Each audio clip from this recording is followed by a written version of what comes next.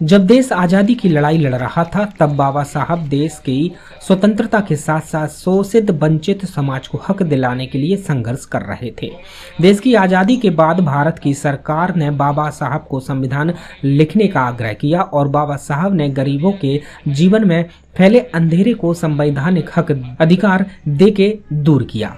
इसलिए मैं बाबा साहब को मैं भारत का सबसे बड़ा महापुरुष मानता हूँ। उक्त बात किसान नेता एवं दलित पिछड़ा समाज संगठन के प्रमुख दामोदर सिंह यादव ने मुख्य वक्ता के रूप में ग्राम बिल्हारी में सभा में कही। सभा से पूर्व बिल्हारी में बाबा साहब डॉक्टर भीमराव अंबेडकर की मूर्ति का अनावरण किया गया। सभा को संबोधित करते हुए श्री यादव ने कहा कि बाबा साहब में सारे हक अधिकार तो दिए, जिसमें सबसे बड़ा अधिकार वोट का दिया है, लेकिन हम उसका सही इस्तेमाल अभी तक नहीं सीख पाए। इसलिए हम संविधान विरोधियों की सरकार बना देते हैं और फिर उनकी रक्षा के लिए संघर्ष करते रहते हैं।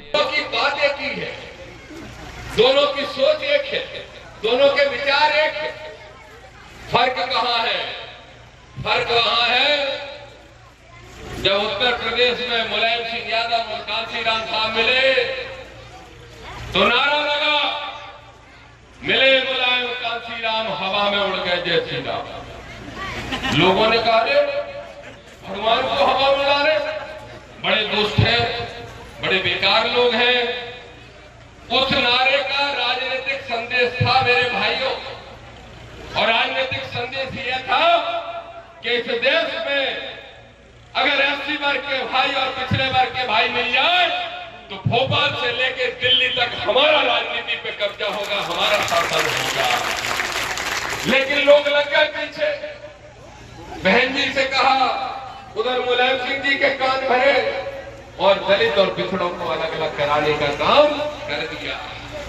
मैं जानता हूं और आप सब बेहतर जानते होंगे मुझसे, और मैं दावे के एक पाल का बेटा हो या कुशवा का बेटा, इनको ट्रेन तक नसीब नहीं होती थी।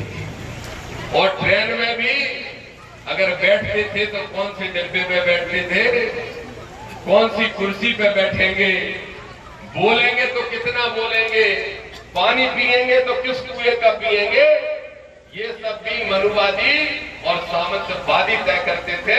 लेकिन अब ये सब तय करने का अगर हमें हक और अधिकार मिला है तो इस महापुरुष की वजह से मिला है, जिसके लिए आज हम आपके बीच में खड़े हैं।